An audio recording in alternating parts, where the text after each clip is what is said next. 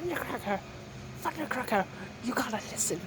I just came up with the greatest plan to overthrow Megatron this time. Dude, I don't know who you are, and my name's not Thundercracker. Leave me alone. What? But not Thundercracker. Then who is he? The Buzzworthy Bumblebee collection is a very interesting thing in the world of retail exclusive toys. It's an entire line of product that has been going on for 4 years now, named after the most beloved Transformers character, even though the line has really grown out of him. Seriously, most of its recent releases, even if they are reissues or not, haven't really been of the little yellow guy, and that's because the point of the line was never about boosting the Bug Boy. It was just that Target wants exclusives, and as much as collectors hate them, it is a good thing for a brand if a retailer is asking and paying a lot more to Hasbro for this stuff in the long run to keep the brand healthy and alive. Regardless of how you feel about the whole retail locking thing, the Buzzworthy line has given us all something to look forward to in the form of the yearly 4-pack that always contains some great figures, and wouldn't exist if Target wasn't demanding more merch. First in 2021, we got the Worlds Collide set, giving the Bee we all expected from that Earthrise Cliffjumper mold. A black Arachnia repaint based on our old 90s box art look, Fangry for your modern Master Force needs, and the first ever Nemesis Primal, who is already better than every Nemesis Prime ever made. Then we got a follow-up in 2022 with the Creatures Collide set, giving us Scorponok in his original toy colors, which wasn't for me, but I'm sure some people wanted that. Ransack, sadly the G1 one, not the Cybertron one, but he is still a nice looking repaint of the kickback mold, and that new head is pretty sweet. We got the Earthrise Cliffjumper again, but this time done up as Goldbug, making a lovely return to the toy shelves, and with him just being Bumblebee in his evolved state, what a perfect place to have him rise in. And of course, we can't forget good old Skywasp. You just have to love seeing them bring back those old Halloween HorrorCon colorways and actually make them real this time. So when time kept on ticking and we entered 2023, we all wondered what would the next 4-pack be, only to be shocked to see that it was an army building set of nameless nobodies to look inferior compared to the rest of the collection. So first off, we have the Quintesson Trooper, and this guy is a repaint of the Bailiff from the Pit of Judgment set back from the 2020 PulseCon, in some more animation-accurate colors. This mold has been a fun one to play with ever since it was first released back in Earthrise, so I don't mind having it again. I know not everyone likes the alligator mode because it stands up straight, but this guy is a fun little monster toy to play around with, and it is a nice addition to the ranks of the Quintesson faction. Or it would be if building up the Quintesson faction was fun. Sure, these swamp crawlers are fun, but the Quintesson itself and these newest version of the Sharkticons are lousy. And this guy is just Ironhide, who I'm pretty sure only exists because the animation company for the Netflix series didn't have the budget to make a model for these guys.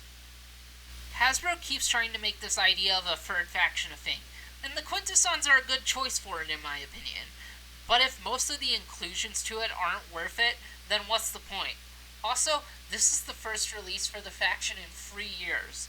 Could we maybe get some new ideas for it?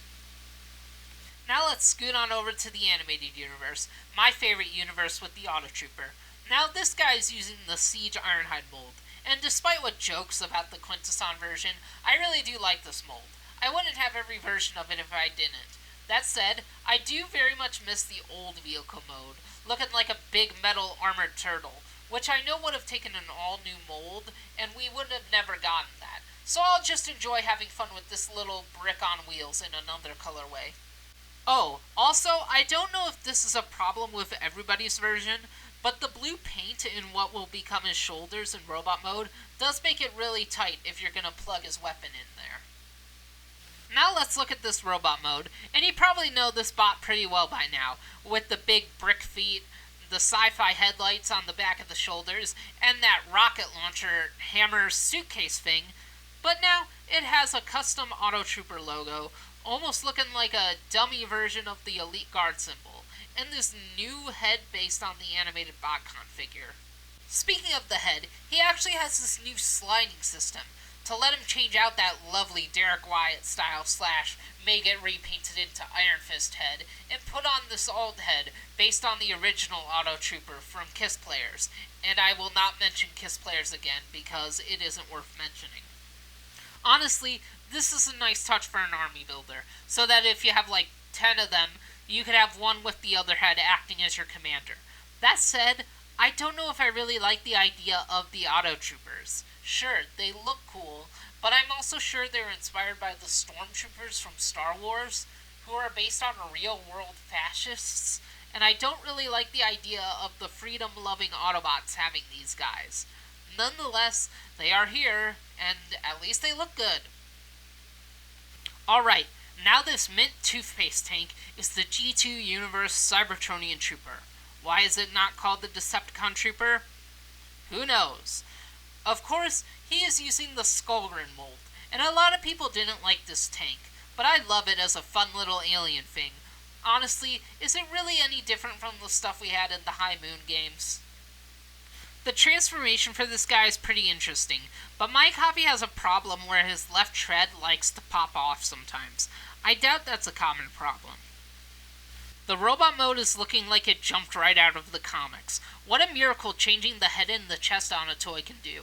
And speaking of the heads, he also has two of them, in the form of a skull with spikes on it, and a green skull with spikes on it. He uses a similar system to the Auto Trooper to swap them out, but it's worse, because his ball joint is under the teeth, and pulling the face off just makes him want to look down, which just restricts its removal. Also, the horns on the side of his head can rotate and come off to help you customize your troops, I guess. Honestly, that's all I really have to say about him. He's mean, he's green, and he's G-Axis' little death machine. And if you like Skullgrin, you might like him. So here we are.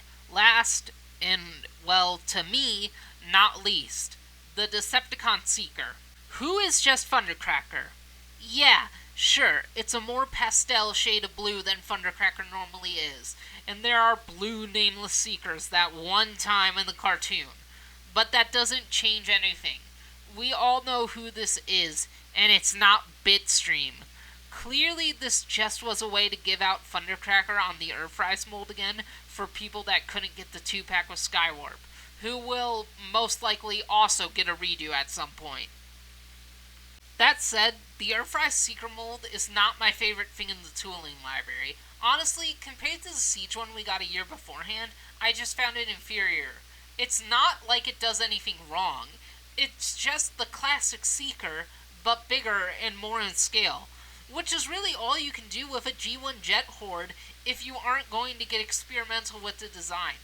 And we all know modern Transformers hates doing new stuff, so of course this is what we get.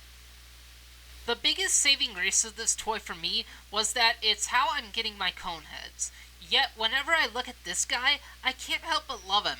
He's probably my favorite figure in this whole set, which I never thought I would say. Maybe it has something to do with Thundercracker being my favorite Seeker, or maybe time has finally allowed me to appreciate this mold for what it is, instead of what it was compared to the Siege one. That said, if you're going to give us a generic Seeker, this was the wrong way to do it. I feel if they are going to do anything, it should have been those light purple cone heads from the Devastation game. Sure, G2 Ramjet was already a purple cone head, but he was a much darker shade, and has those green wings to stand out. Also, that game had an even better choice in the form of those sick-looking gray cone heads with the red wings that use the Optimus Primal swords. That's a design I would have loved to have seen as a toy.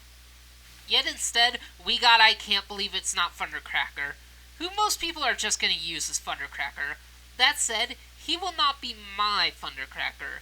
That has and will continue to be the big boy one from Combiner Wars. So who will he be in my TF universe? Dare I do what I did back in 07 with Transformers Decepticons the game, where I simply named my custom character Robert?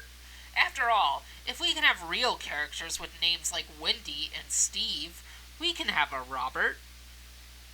He can be my own little OC, who's cooler than cool, and an all-powerful master of space and time, who is the secret king of all Decepticons, that even Megatron answers to, and gets with every fembot in the franchise. Or maybe we can dial it back, and instead he's a more low-rung Decepticon, who sits on a couch and nerds out about stuff with Short Round, and also gets with every fembot in the franchise. My gripes aside, I feel like this set was a decent overall package of grunts to follow around your pro tags. Now that said, the concept of army building is not for everybody. Honestly, it's never really been my thing either. I've only ever done it for the G.I. Joe classified stuff, and I did enjoy doing that, but I doubt I'm going to keep doing that. And as for this set, they are some fun figures in their own right, but I can't see myself getting more of them unless they get put on discount in a few months. And even if that happens, I would sell off those extra Seekers. I can only have one Robert in the Decepticon Legion.